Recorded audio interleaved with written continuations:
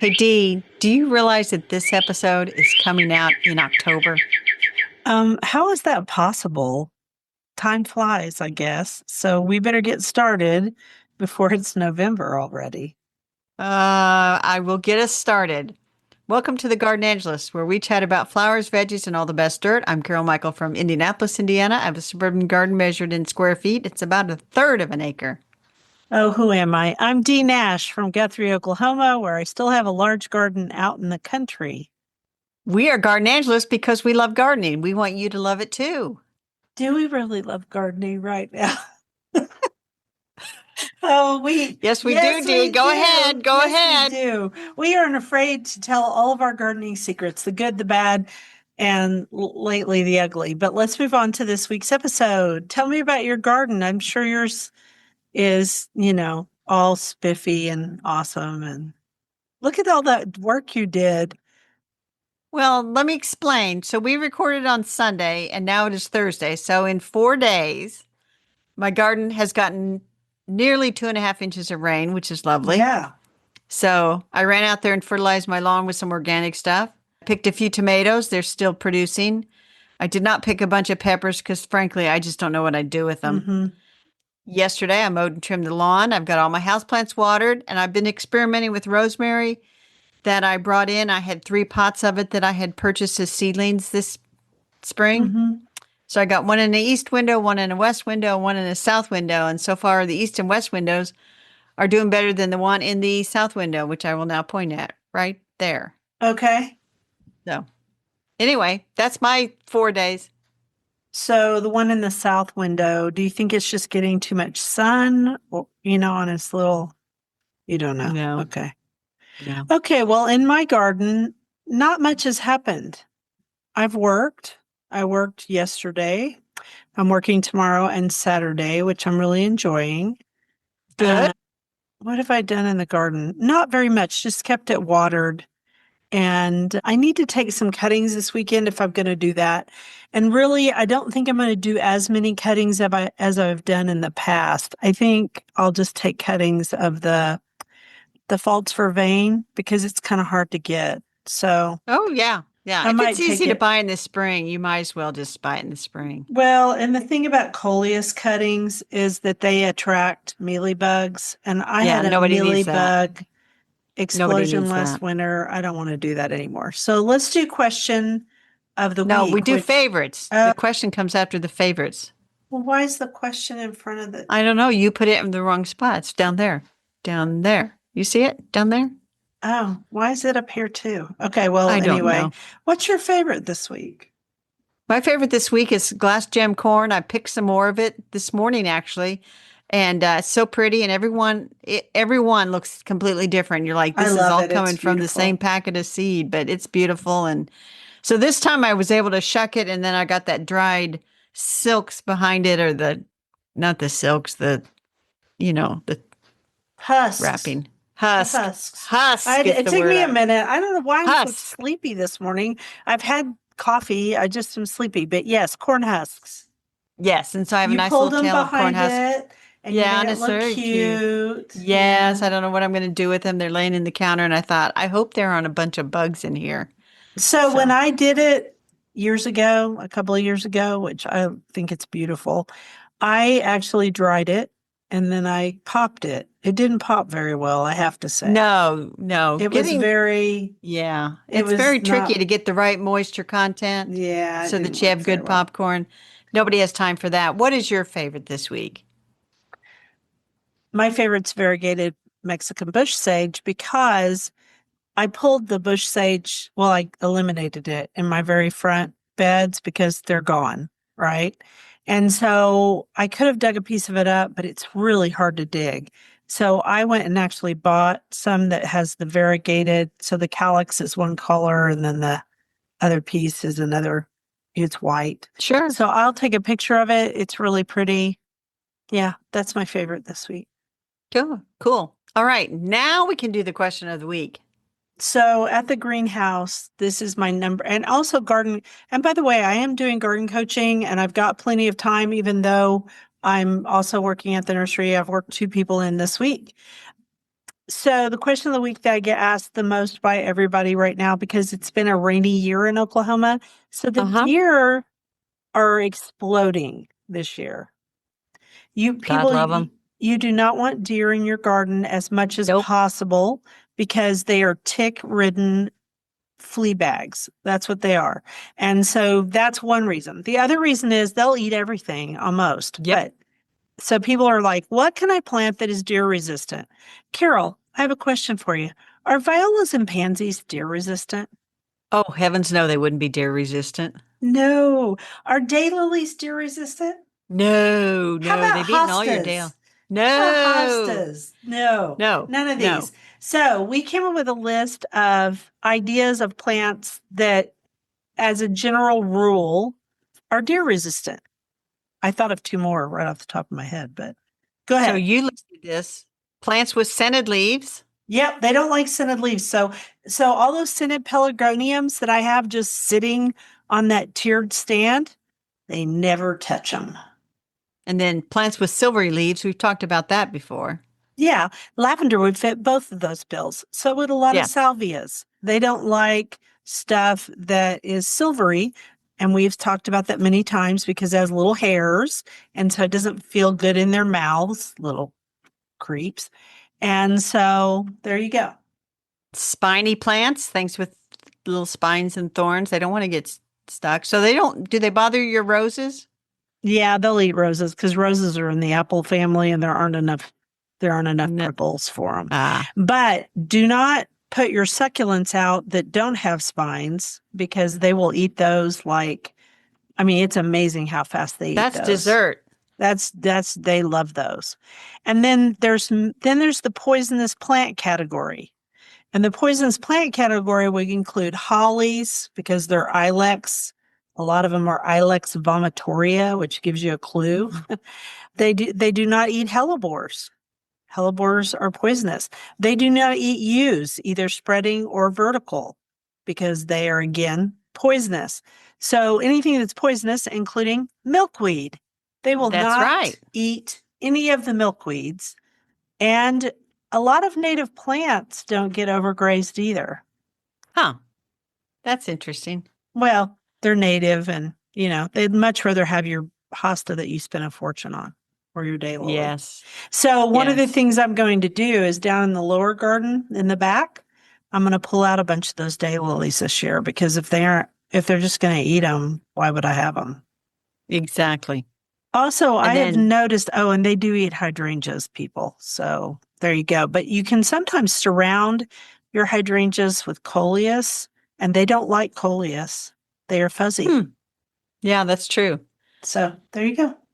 And then one thing I put at the end, with all my deer experience, which I do not have, Mm. if they are hungry, they'll eat pretty darn much anything Yeah, they will. Well, probably not within Mexican reason. bush sage, but they would eat a lot of things. So there you go. Now, our insect of the week is not one of Carol's favorites. No, and actually, it's not even an insect. It's spiders, Yeah, it's garden not spiders. technically an insect. Yes. So you put on there the garden spider, Argiope orientia, which you said is big, beautiful black and yellow spiders with the zigzag in their webs. Yeah, I love those. And there's a reason that spiders are associated with Halloween. It's not because they're particularly, I mean, they're scary, I guess, but the real reason is because spider webs start to really come out in the fall, in the late summer and Yes. fall. And Yes. then there's crab spiders, which I did not list the botanical name. I have a lot of crab spiders right now. You Those are the mean ones, not the botanical name, the Latin name. sorry. I'm always thinking about botany, not spiders. I am not an entomologist.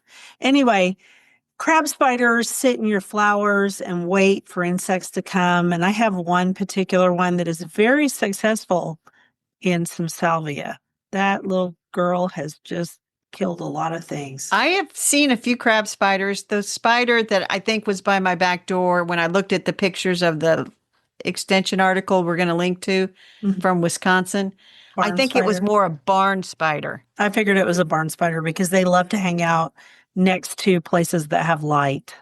So, Yes, yes. mhm. And then I have a bunch of the funnel shaped webs of the grass spiders.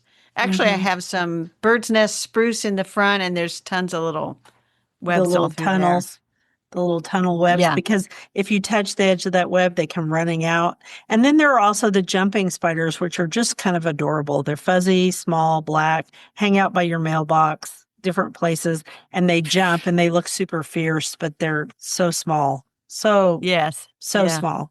So I'm just Yes. going to put out a shout out. If you're in the Oklahoma area, we have a great spider group and it's on Facebook and I think it's called Oklahoma Spiders or something like that. Spiders of And I'm going to Oklahoma. say in Indiana and the Midwest, I don't know of any spider groups, but I would find that those people are probably pretty creepy and I wouldn't hang out there. They are not creepy at all. You know, a lot of people join these groups because they're scared of stuff and then they learn about it and they're not so scared. We also have tarantulas in Oklahoma and you don't see them very much. Just leave them alone. They have no interest in you. Yeah. The one thing We have black wolf widows too. spiders. Yeah, we have wolf Wolf spider. spiders. We are just a little bit north of where you would find black widows. I wouldn't be surprised if in this day and age there are some black widows that have come north, but generally they kind of stop about a county south of here. I think of So, black widows as garage spiders. You always find them in the garage.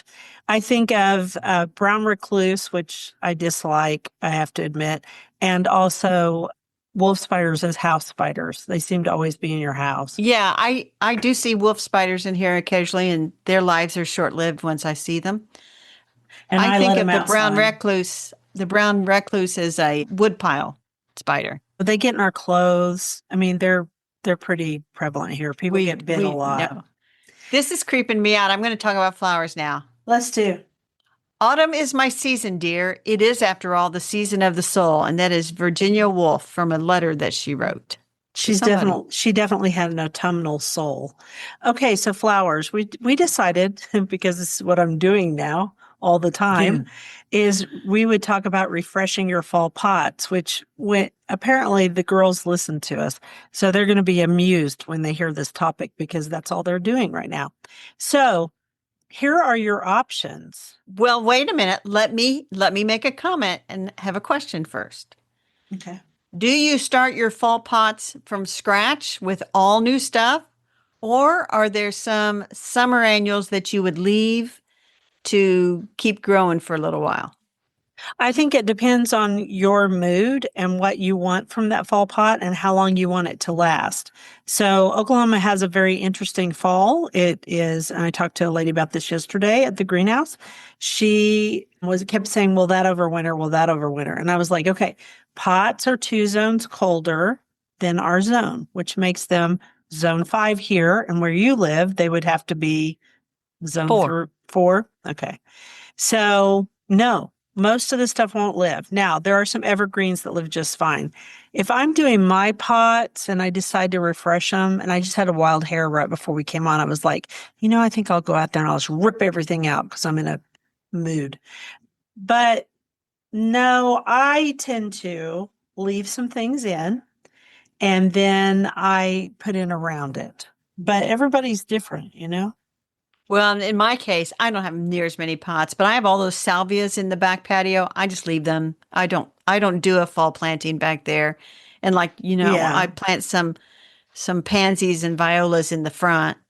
And then I've got some hanging baskets that are gonna go bye-bye. But let's just go through some of the things you'll find at your At, local greenhouse. at And I your was just local at mine. greenhouse. Yeah. They have tons of stuff. So lots of different kales. We listed purple kale, but there's lots of different types of kale from the purples to the greens, from the kind that is like fan shaped to the kind that looks more like a cabbage, a fancy cabbage. There's Right, also cabbages that you can do. right.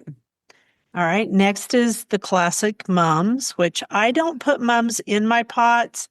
They don't last long enough for me. So I'd rather have mums as a separate thing. Right, right. I'd put them in the ground. I put them in pots in my front border because there's nothing going on in there. And I just match the 3 pots and match the 3 mums. We have this one really cool mum that we all keep talking about. It's pink, but it's just starting to show its color, but it has different leaves than the other mums. It's got a really cool leaf. Cool. Sweet alyssum is a great idea because it really is It a cool is. weather flower.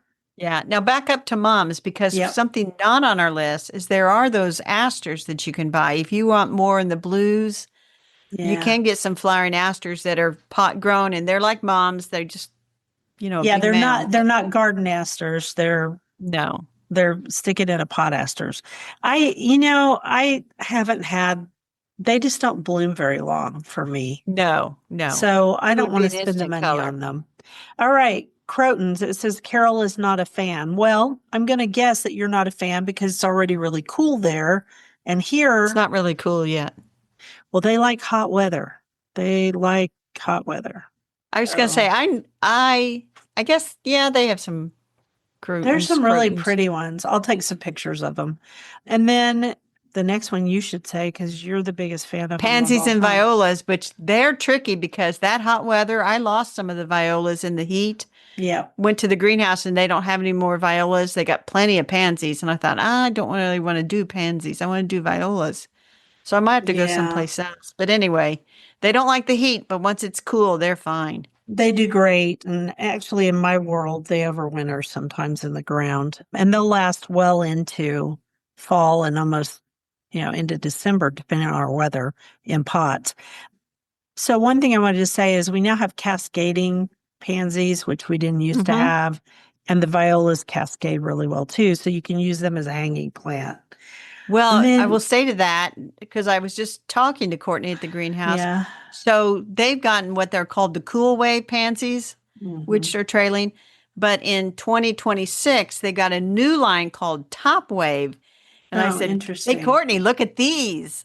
I And so I wonder, I don't, want, I wonder if those will pile up on top of each other the way the petunias do. where So, you don't know what's what.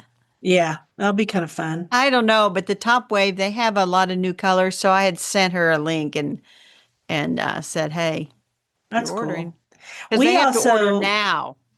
for 2026, wow. Well, she says they have to order their pansies and violas now because the wholesaler is going to start them from seed, and they need to ship that seed sometime in January. So they're going to start seeding here in another month or so. She Yeah, sure, said. because we So seed in she, December. yeah. So she Yeah. wants to has to get her order in so they know what to grow. Gotcha. So you think she'll buy some of those? I don't know. I told her about them. That's I all I bet can she, do. I bet she does.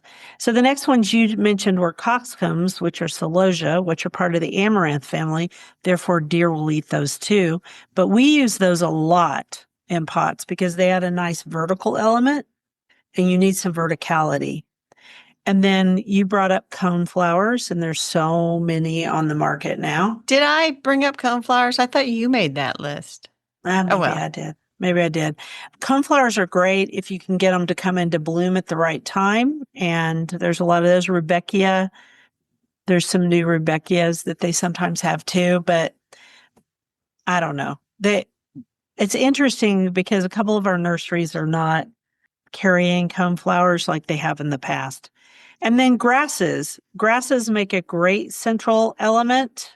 So do evergreen trees. This is what we use a lot. We use in smaller pots, we use crotons or smaller grasses. Then we use larger grasses. We use some junipers and we use boxwood for central stuff. I'm not thinking of one of the plants I use as a centerpiece. Well, I'll tell you another one that's just beautiful, that's very tempting, and that's the purple millet.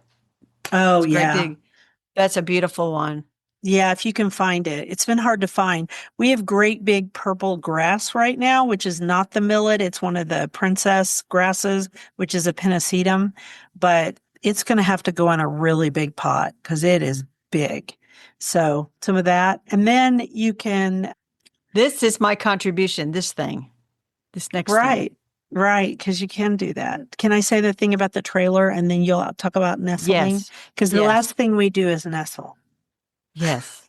Go ahead. So, Creeping Jenny, I love Creeping Jenny Aria, which is the lime green one. Other trailing plants, including trailing violas and pansies, which I already mentioned. And oh gosh, English ivy is a good one. Trailing vinca. We have a vinca that's Variegated. That's really Variegated. nice Yeah. too. Yeah. So you're back I've to seen that that. filler, thriller, spiller, and you can add stuff to it. And then at the very end, what do you do? You can nestle in little pumpkins and gourds. Yes, you can. And you can also stick in cattails and all kinds of cool things to go in there too. So, Right, right, and then we have some people come in and we have some wheatgrass that's, already done, some wheat. right. They just take bundles of wheat and stick it in there too. Well, I'm thinking about cutting down my corn stalks. This is the tallest corn I've ever grown. It's probably 8 feet tall, Hmm. and making a thing of corn stalks to put We out have hay somewhere for bales, mini decorations. bales. We have mini bales and we also have corn stalks too, because some people love to use them. I can't really ever figure out where to put them in my little space in the front. I really don't do my pots in the back for fall. I just let them go because Right, for Pete's right. sake, I'm done. And then in the front, I have, I usually do a little bit of fall, but I haven't done anything yet because it's about time to get out my Talavera pumpkins and buy some pumpkins. We have some really pretty pumpkins. Right. Okay, so then you brought up fillers, thrillers, and spillers, or is Sarah Raven? I'll let you say that part. Well, Yeah. Sarah Raven, and I found a quote. She says, I'd go for what I call my bride, which is the dominant, most sumptuous one. Then I would go for the bridesmaid, which is the same color as the bride, but a little more recessive and more in the background. She's talking about color. And then finally, she has a color contrast for the gate crasher, but kind of in the same palette. So you're thinking about instead of thriller, filler, spiller, she's got bride, bridemaid, and then gate crasher. That's funny about the great gate crasher. So I would say the gate crashers in our pots would be the peppers because we have a lot of ornamental Oh, peppers. yeah, we should have mentioned ornamental peppers. They're really pretty and they have lots of different colors. And if you take the opposite color of your pansy and put your pepper with it or whatever, that's a gate crasher idea because they're opposites on the color wheel. You're having too much fun there at the greenhouse. Are they actually I paying you to am. have that They fun? pay me to have this fun. Oh Yes. my gosh. Well, do a quote for vegetables. This because you ain't getting paid right now. No. There is no season when such pleasant and sunny spots may be lighted on and produce so pleasant an effect on the feelings as now in October. Nathaniel Hawthorne. I feel like they used to like to write tongue twisters. All right, vegetables. I brought Okay, up this topic. You go you first, did. though. No, you said 3 lettuces worth growing. And Mhm. I said, depends on who you ask. But you and I are going to say which ones we think are worth growing. Yes. So go. Oh, okay. So I like the mixes to make a Mhm. colorful salad. Just some of them they call them mesclun mixes or whatever, but and Yes. they're not even all lettuces. They'll have a little bit of arugula and other things stuck in there. But I like to sow a row of those and just, take whatever comes up. Has Hmm. red lettuces mixed in. I like black seeded Simpson, very simple lettuce to grow. And then I do like Great Lakes, which is an heirloom variety that I started growing after a couple of years ago when I wrote that article about how Hal Borland's wife grew lettuce and some of Right. the tips that she had. So those are my three. What are your three? I think the word mescaline is just French for mix, I Yes. think. Okay, but I remember when mescaline mixes came out Mm-hmm. and Oh, they were everybody so was fancy. everybody was really thrilled about it and now they're everywhere. Okay, so in my case I really love speckled troutback. I wrote an article about it once for organic gardening and actually made some money, which was awesome. And I don't think it's out there though. I don't even think it's out there in the Wayback Machine. So I might have it Did you somewhere. look? I should look just to see. And then I'm going to try next spring. Oh, hi, there's a cat up here. I'm going to try next spring Salanova green butter lettuce because I like butter lettuces and so does Bill. And it's one that is from Johnny's Selected Seed and it is pelleted and I really like pelleted lettuce seeds because they are so much easier to plant and not have to, do a lot of thinning. And then, of course, my old favorite is black seeded Simpson. And this is because my grandmother grew it and it's just a good lettuce. I mean, good, really good leaf lettuce. So here are our tips. So remember that lettuce likes cool weather. It hasn't been very cool, although it's finally starting to cool No, down. and Dee, I sowed all that lettuce 2 weeks ago or 3 weeks ago. Yeah, how'd that go? None of it's Nada. come up. Yeah, because it's Nothing. not I been was like, is cool. the soil too warm for it to Maybe. come up? Could I be. thought, I got tons of radishes that came up, and I have a lot of little peas that came up, which I'm just growing to fix nitrogen in the soil. But I haven't seen a hide nor hair of that dumb lettuce. Well, it may grow now because you had all that rain, but it also may It have could. slid all the way down to the end of the bed Well, as here no, when it because rains really hard. I was watering it, so you can eat the thinnings, of course, Right? and you shouldn't let your lettuce dry out. Going back to the watering thing, it needs Hmm. water. You need patience, especially if you're growing something like Great Lakes, which is it tends to form a head, so the little leaves kind of you can see it curling in on each other, like the Hmm. romaines, where you want a little bit of a head to it. That takes patience and cool weather, and so Which we don't have in Oklahoma, so don't even try to grow head lettuce here unless you're just an expert well, or you're doing great. it I in will a say greenhouse this: under lights Great in the Lakes is winter. no iceberg. That's It's good. it's I'll call it a very loose head.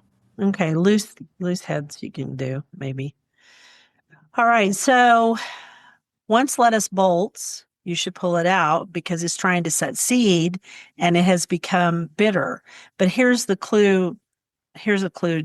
Don't wait for it to bolt because in our climate, especially, it goes bitter before it bolts because they've created all Right. those Same lettuces that here. don't bolt now. And so what I do is I walk out there and I taste a leaf and I go, well, that tastes like poo poo. So I am going to pull it out now. And I find that very satisfying to pull out the lettuce. It's easy to pull out. Yeah, it's fun. So you might want to cover your lettuce in the fall if it ever You gets might. cool.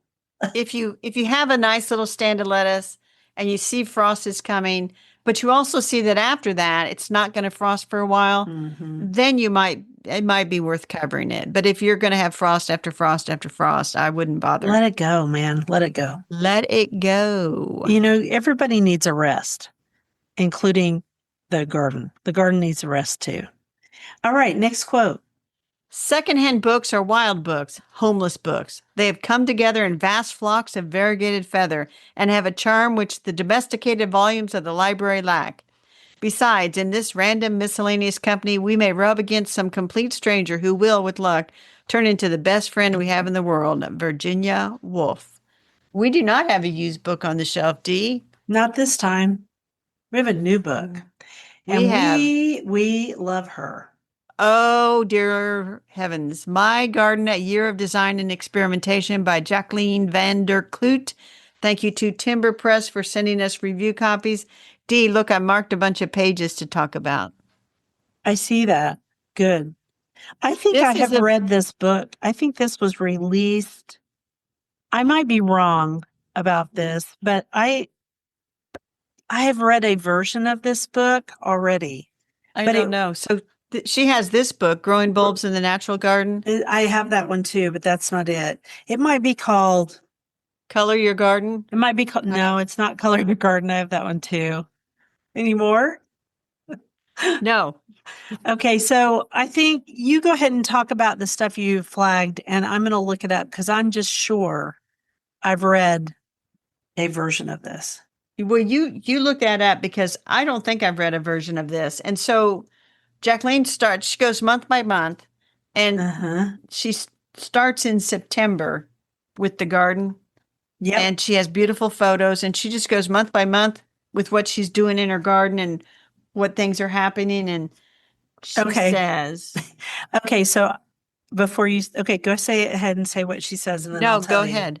Now, I have the book A Year in My Garden, which I think this is a reprint for the United States because you can't buy that one anymore.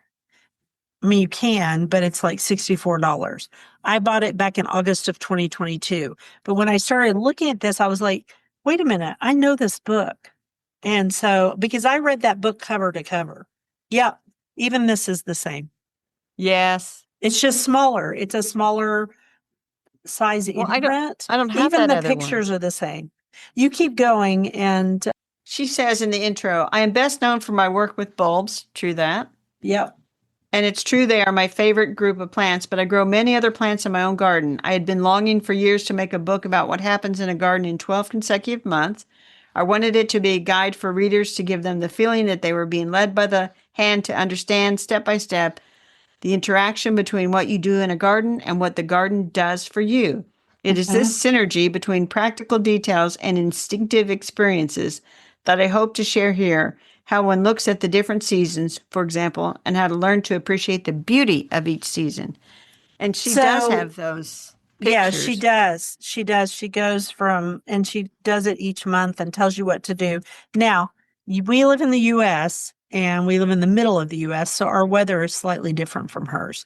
Right. Her winters are not as cold as mine are usually, but I would say run, don't walk to get this book because I love the other version of it so very much. Yes. And it's kind of inspiring. And and she noted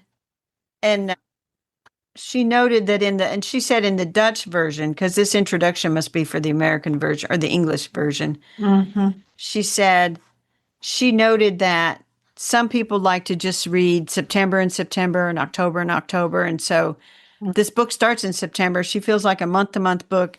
She says, in my mind, the most appropriate month to start with in a garden book is September. It's the month in which we start to take leave of summer, but at Hmm. the same time, preparations for spring can begin. I feel September is the month which makes it most obvious that the garden is a continuous process without a clear beginning or end. So if you have to choose where to start, then that would be September. Yeah, and I And think there are some other people who have started their books in September too, and I think that's a yes, good I time. yeah, I have tons of those. I have tons of I those know month by tons of month those books. types of books. It's a great book. The other one was a great book. I'm glad they've reissued it. I think it's Yes, a and really good so one.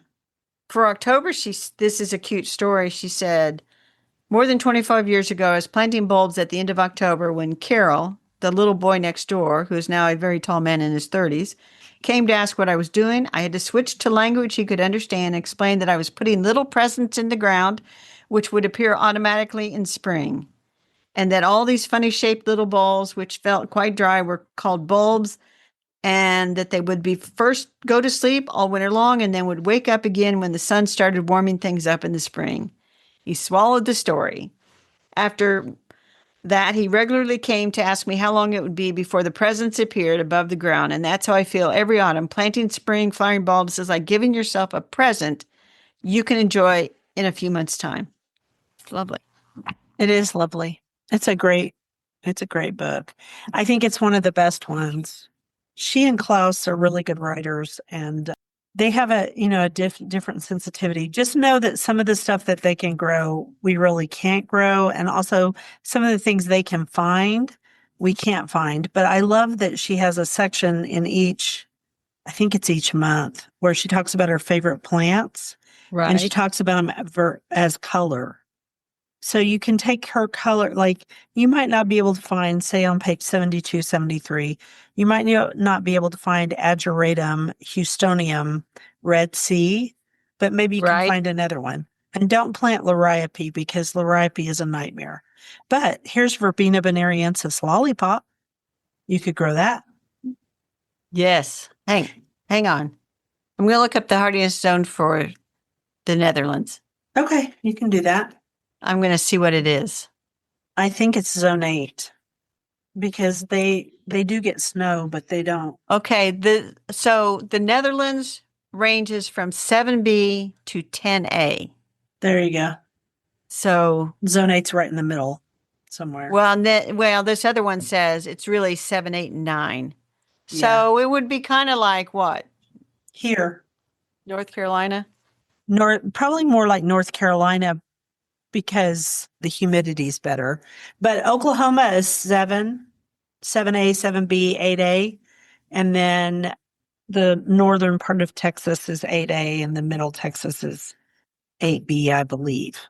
So it'd be kind of like where we live, kind of. Yeah. Well, I just looked up. So North Carolina goes from 6A to 8A. Yeah. So kind of Kind think of of in there. yourself kind of in that, you know, that area. So I you mean, do I'm have in to zone translate a 7. little bit. And you, like you said, don't go species by species, but think about what would be a good substitute in my climate. Right. It's a really good book. Yes, it is. Do you want me to do And the that, next? Oh, you may do it again? well, we got to go hold up the book one last time and talk about it. There we go.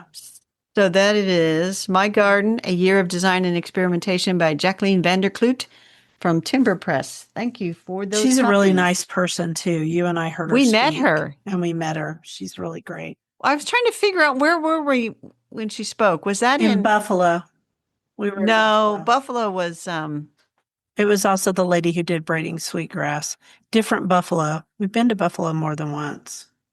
I thought she spoke to us in Chicago. Well, maybe it was Chicago for garden Anyway, writers. We should explain to our listeners. The problem is we have traveled together for blogging. I did more of it for blogging than Carol did. And then right, also we traveled for garden writers, which then later became Garden Com.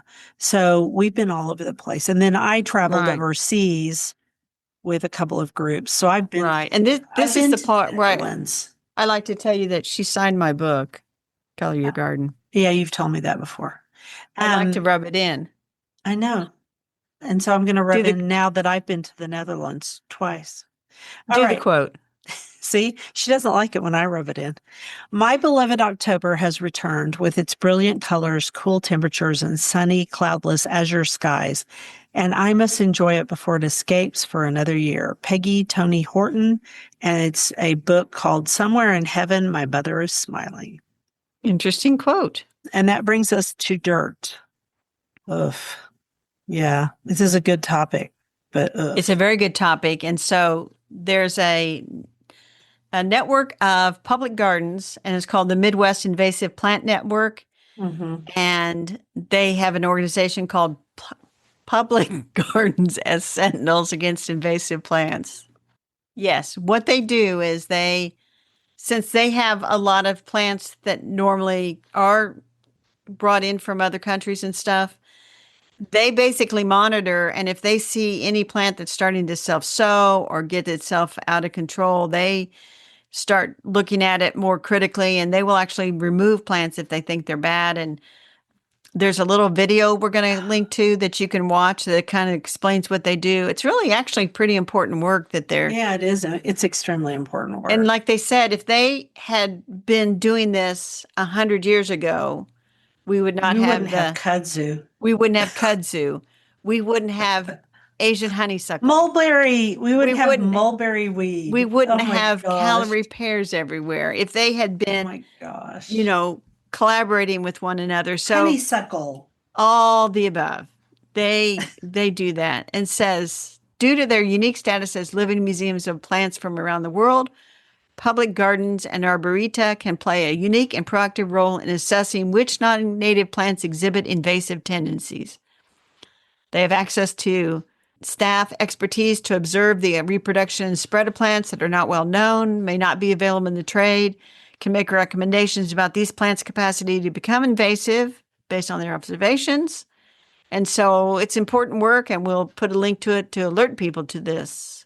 And I think more Okay. botanical gardens and arboreta are joining into this network. And so they don't have every state represented. Like I don't think Oklahoma's represented, but I don't think it'll be long before everybody's in. Cool. I think that's really cool. That's the dirt.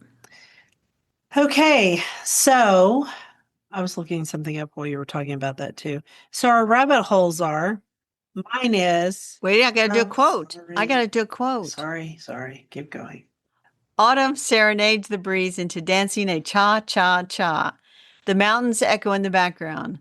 October sky never looked more charming, nor the sublime leaves of the trees so graceful. I have no idea how to pronounce that name. Avijit That works Das. for me. Now your rabbit hole. Well, it's quite the rabbit hole. It's about seed pelleting because I was talking about how I think pelleted seeds are cool. And you go, do you know how they pellet seed? And I was like, I never really thought about it, but okay. Pelleting seed is that they just put an inert material around the seed. And there's actually some videos on how they do it. And if you want to go and watch them, I will link to one of them. I think the best one to link to is this one from Pan American Seed, because I like the people at Pan American Seed. They're super smart, and they produce all kinds of things. But a lot of times it's a clay type material, and that's how they do it. So we'll link to the thing about it.